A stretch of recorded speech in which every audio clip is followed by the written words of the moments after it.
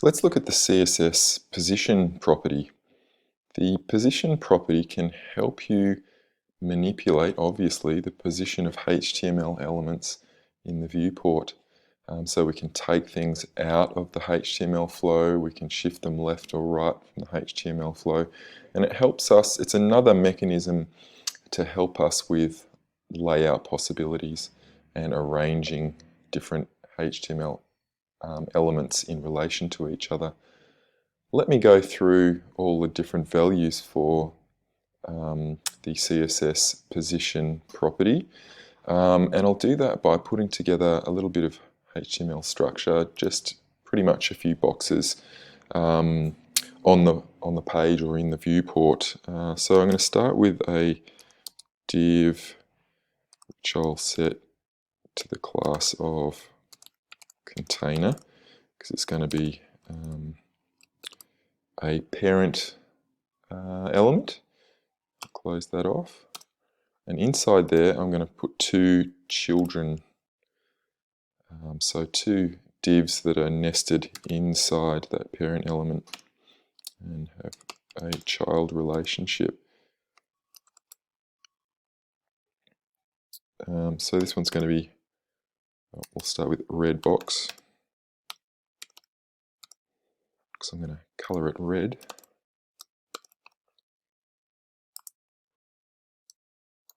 And below that I'm going to make another identical box, apart from I'm going to color it something else. How about orange? Excellent.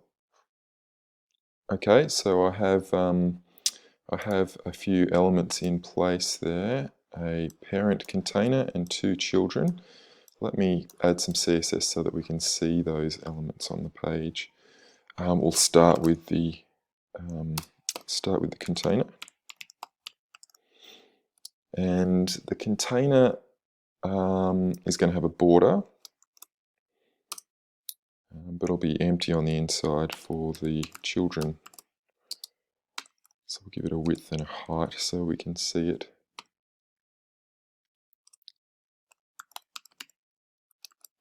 Something really deep. And if we just add a border, we should be able to see that element.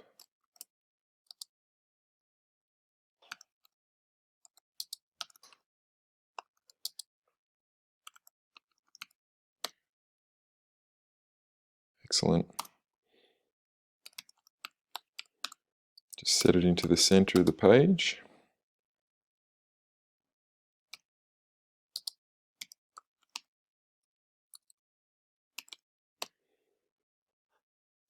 Ripper. And we'll get a couple of boxes, child boxes inside that container. So what do we have? We had red box, and red box will have a height and a width.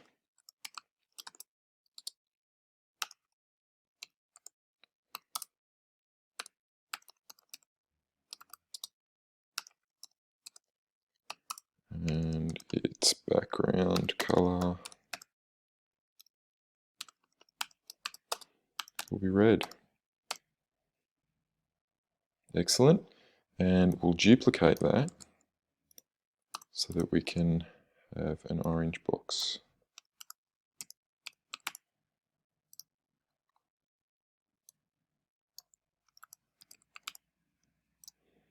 Excellent. So that is the HTML, the natural HTML flow.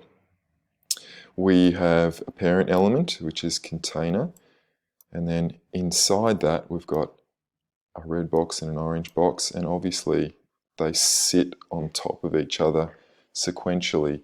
They're block line elements, so there's a return and they stack on top of each other. We can use the position property to take these elements out of the normal flow, or at least manipulate the normal flow. So what I'm going to do is I'm going to add a position property of static. Well, we'll just show that normally the default position property is static. So both of these items, or all three items that are on the page here, have a position property of static by default. That's how a browser would render them. And we can change that. There's a couple of values we can add, and I'll go through them. First is relative. Okay, so we've changed the position property to relative, and now we can add some further properties to push that position around relative to its current position. So let me have a look at, we might go with left. So we can add properties of left, right, top and bottom to manipulate the relative position of this element here. So we'll go left and I'll make it 200 pixels. And you can see that because we've set the position to relative, we can now adjust the left position 200 pixels. And we could also adjust the top.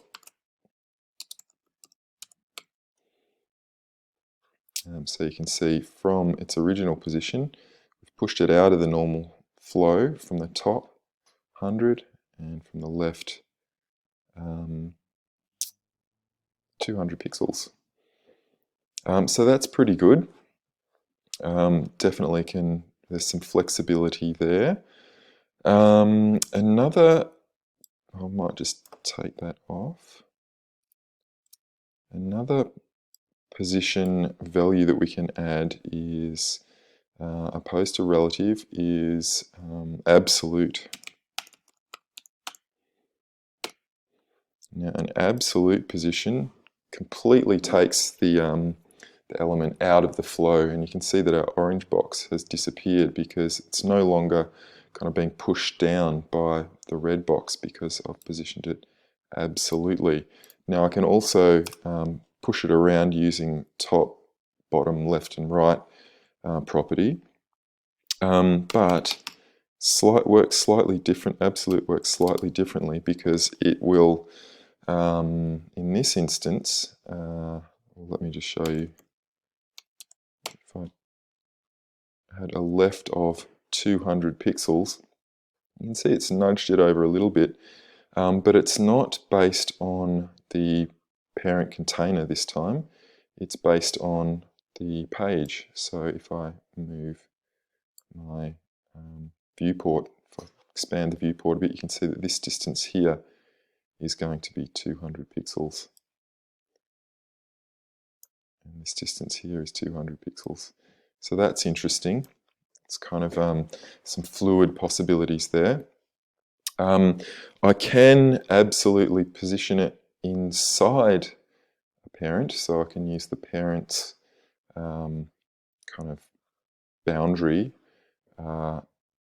if I add a position property to the parent. So if I go down to, go up to the container and add a position property to that of relative,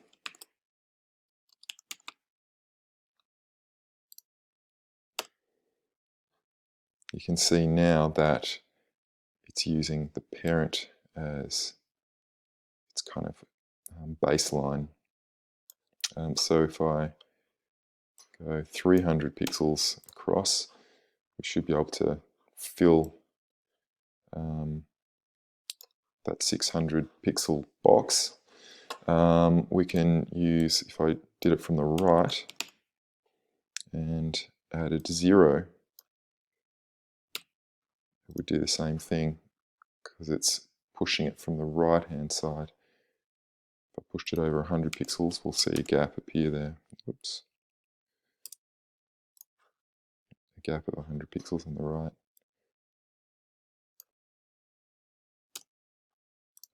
And then I can move it around from the parent's top also. All right, so that's relative and absolute. There are a couple of other pretty interesting position values that we can include, and I might add a couple of more HTML elements, or to start with one, a div that will give a class of blue box, or yeah, blue box.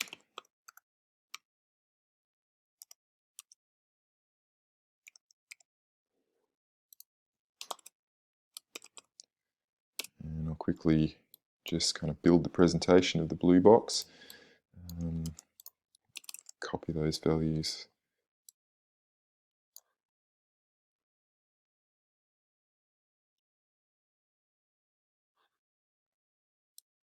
I can see I've made a mistake there. Blue box. I really did mean to make this orange box.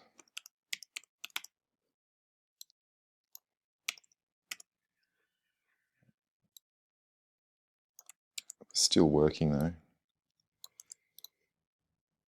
Right, back to where we were. Now my blue box is going to sit down the bottom here.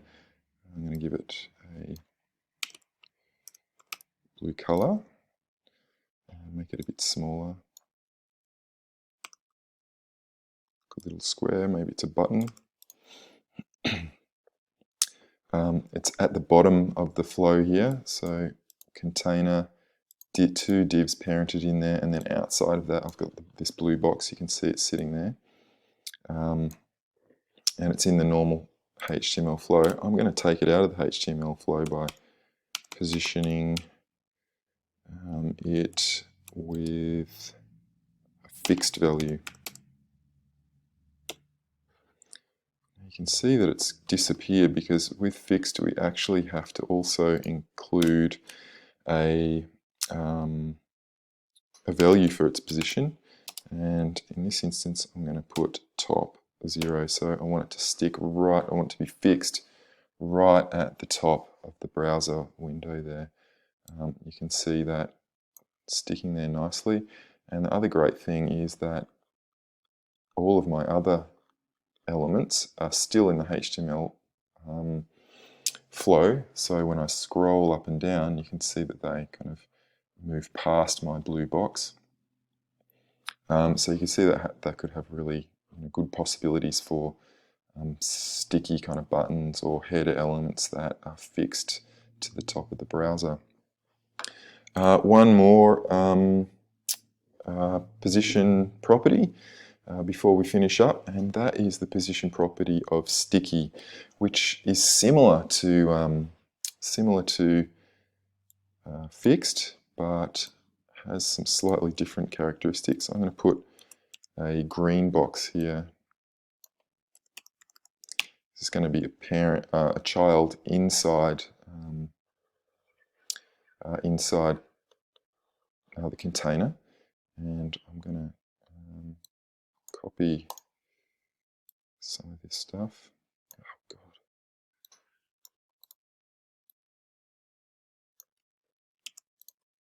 Just to style my green box.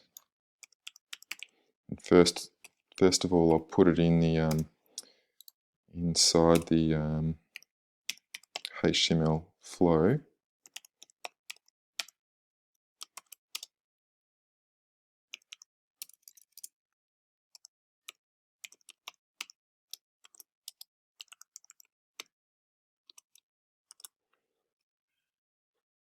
Okay, so you can see it sits underneath the orange box at the moment because I've already pulled the red box out of the flow using absolute positioning on this relatively positioned container.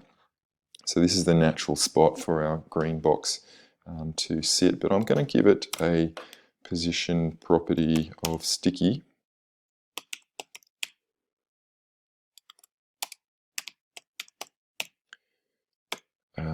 And now what the sticky position property does is it will keep elements in the normal HTML flow until they reach a particular position, and I'm going to add that position in here, and it's going to be top of 0.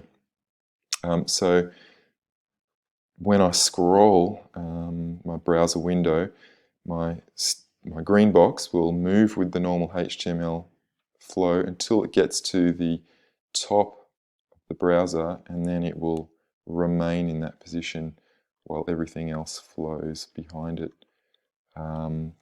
So even further possibilities for interesting kind of button relationships or button behaviors, or indeed just layout behaviors. So that's the CSS position